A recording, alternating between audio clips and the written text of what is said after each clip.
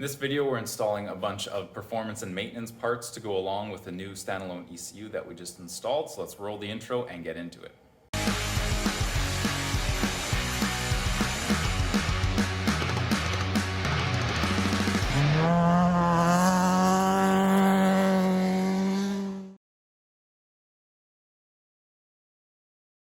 So here is our assortment of parts. We have a big front mount intercooler that we'll be installing to replace the small stock side mount. As well, to go along with that, we have the intake air temp sensor, which will be getting installed in the intercooler piping, and that'll be wired into the new Link G4X plug-in ECU that we installed. We've also got a fuel pressure regulator with the fittings and a gauge, and we have a fuel filter to replace the old one that's been in there for a few years. And we have some maintenance things like we'll do an oil change as well as put some new spark plugs in, and then we have some upgraded coil packs that will be replacing the old and cracked ones in the car with. So we got a lot to do here. Let's get into it, and we're gonna start by putting the front mount intercooler on, because that's gonna be the most fun. So we'll get the front bumper off and get everything out of the way so that we can get that thing installed.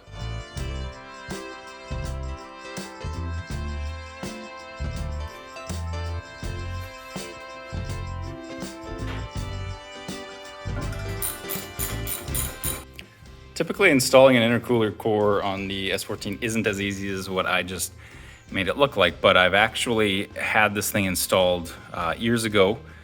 I really was having issues with the motor, so I put it back to the side mount because I just wasn't sure if I was throwing my AFRs off by running a big front mount. So I went to the side mount just so that I could stay stock for a bit. So that is why I had such an easy time installing this core right now. But what I had to do in order to get this core installed, this top mounting bracket, you don't have to do anything for that, just uses the hood latch bottom bolt. What you do have to do is notch a couple of things. So there is a frame rail that runs up here, and we needed to clear a little bit of space, as you can see right there. And I also had to cut this bumper support just a tiny bit. Had to do that on both sides. And then to mount this thing from the bottom, to make it nice and sturdy, there's a couple of nuts that we had welded to the underside of the rad support. And so then I can easily thread a bolt in, and then it's nicely supported on both sides. So we've got 3 points of contact, and the support is in, it doesn't hit anything, and it's nice and solid. I can actually shake the car by rocking the intercooler core. So that's nice and simple. The next step is going to be installing all the pipes and the vacuum lines. And that's the fun part, because we got to make all this stock looking bay look nice and shiny. So let's just strip all the old pipes off and then get the new ones installed.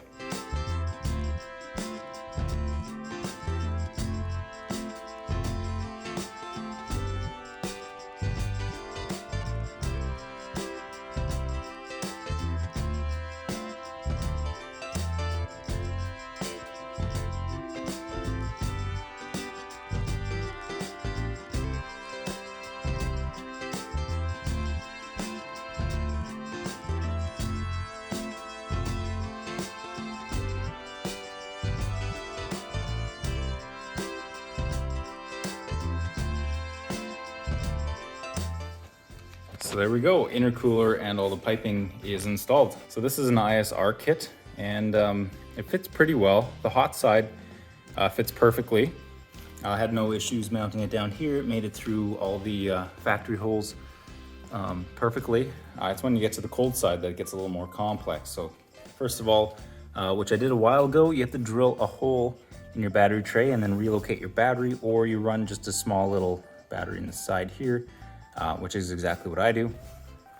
The one first problem is that they didn't send the correct sized silicone couplers, so I did have to buy a couple of those, and I think they were the 3-inch.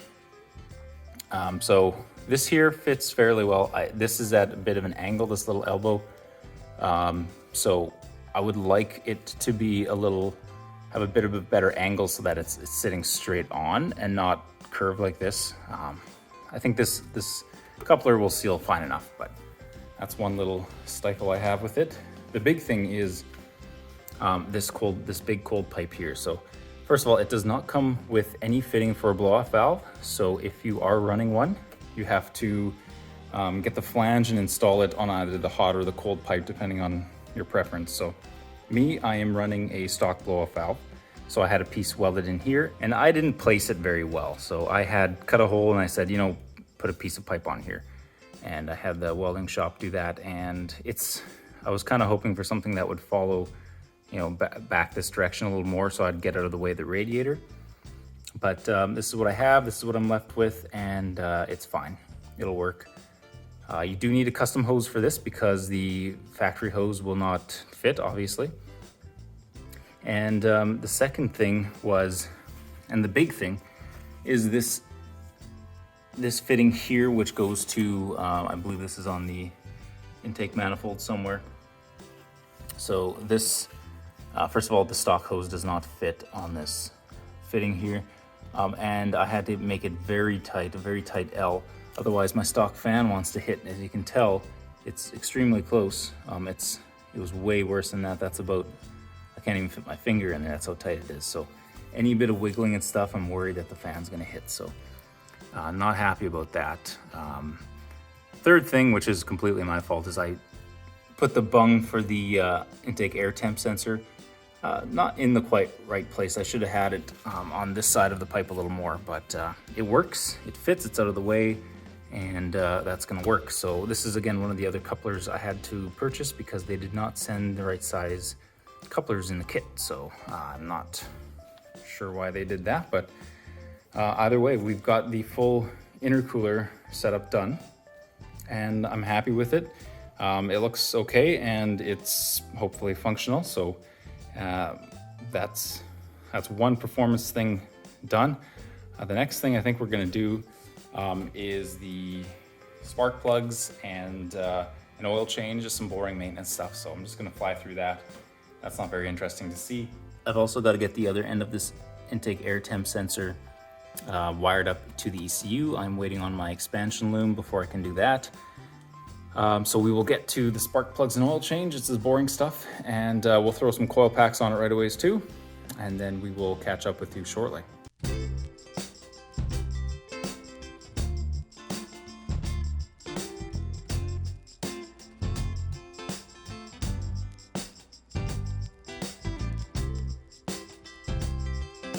And there we go, we've got our new coil packs installed, new spark plugs installed as well.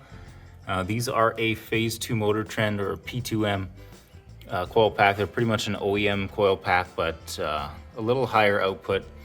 So on a stock car, they're said to make like 5 horsepower at the crank or something like that. It's minimal, but they're new, they're gonna be reliable.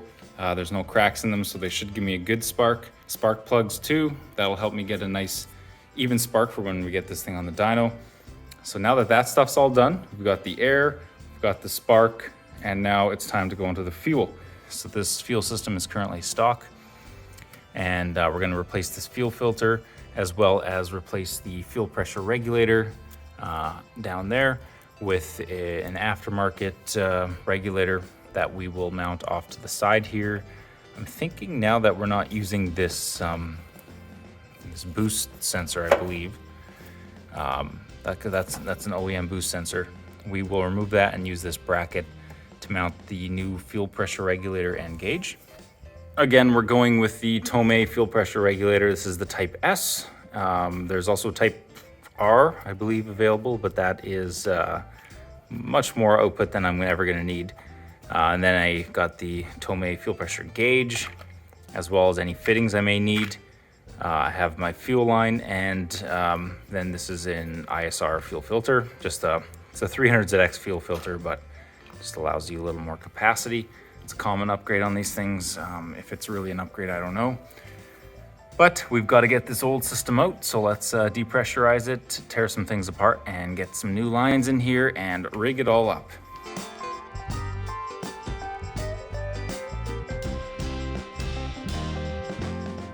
So things have escalated a bit, and I had to remove the fuel rail because the Phillips head on this machine screw that holds in the pressure regulator stripped, and it was really tough to get to. I tried my best to get it out with this bit extractor, but I just couldn't do it. I couldn't get in there properly. So I had to take the whole rail out, which requires taking the upper half of the intake manifold off. So I just got it sitting there right now.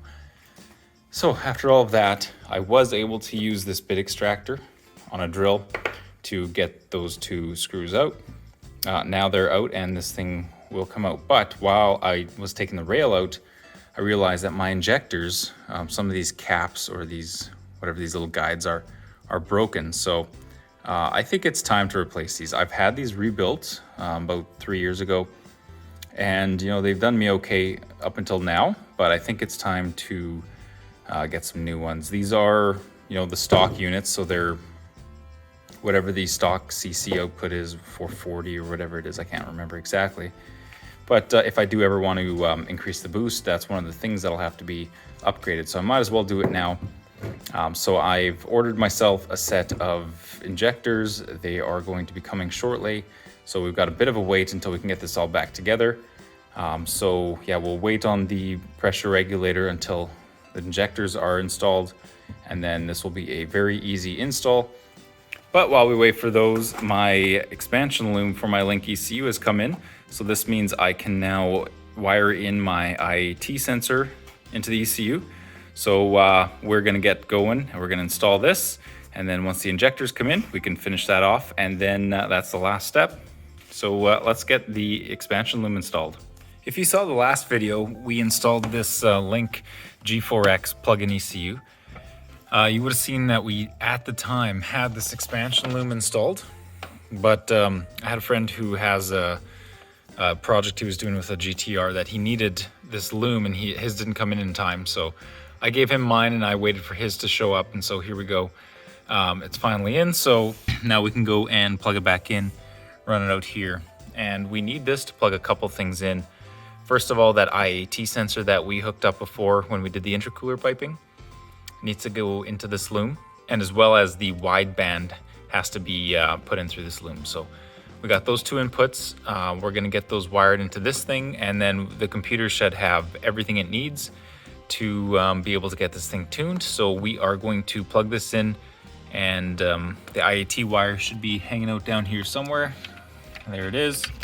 So we will get that wired in, and then we will get the we'll have to look for the wideband sensor. I believe it is tucked under the seat here somewhere. And then we'll be able to grab that, run a new wire, and plug it into the harness as well.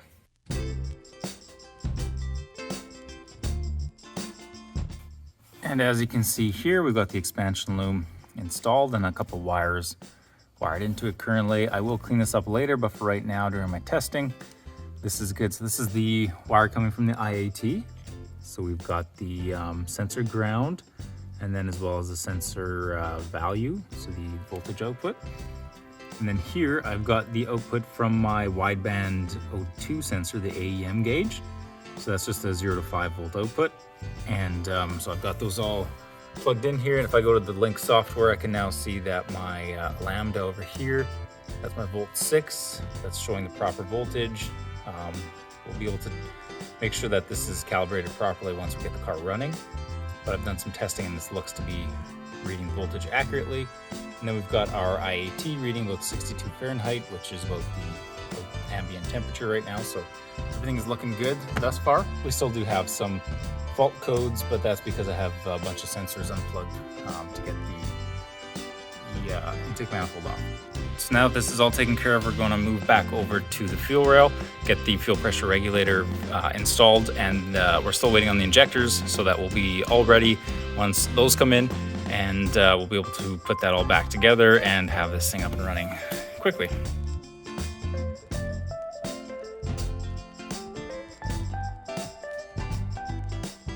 All right, we got the old fuel injectors out and the rail is cleaned. We've got our new adapter in place so that we can run the fuel pressure regulator remotely. And so let's show you what's going on with that. Now this is the Tomei Type S adjustable fuel pressure regulator. And it's got a mounting bracket that it comes with. And just look at this. This is the location of the factory boost sensor, which I don't need anymore. And it just fits perfectly in there. All those mounting holes line up perfectly, trust me. And so we've got all our new lines. I've cut them to size. Now it's just a matter of mounting this and then putting the in and out on these guys. And then I need to remove that and put the gauge in there and then get a vacuum source going to this guy. So let's take care of that.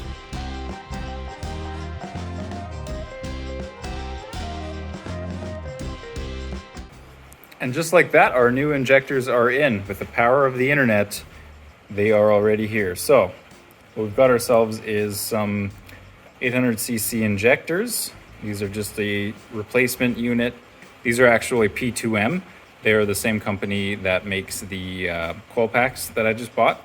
So nothing left to do but just get these things installed and then get the rail in. So let's just get to it.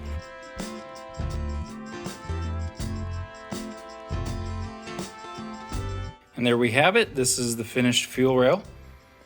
Now I got it upside down because these tips are very fragile.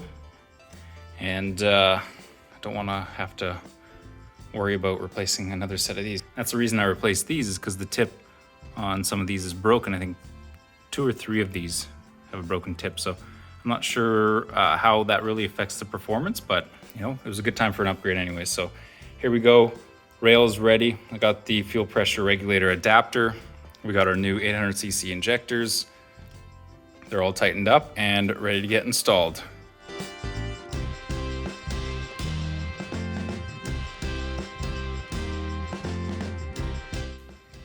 Here's a tour of the new fuel system. Since we got the upper manifold off, we've got a lot better view here.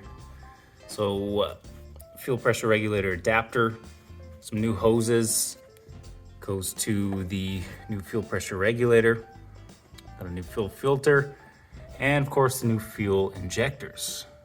She's looking good and should have all the fuel it needs for a good tune.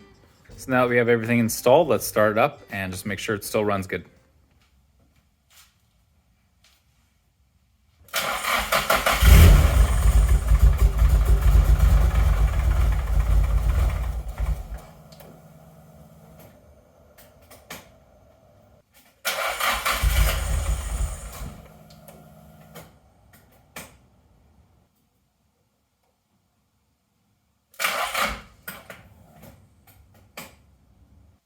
Well, as you could probably see, this thing runs like garbage. And so it's actually a few weeks later now.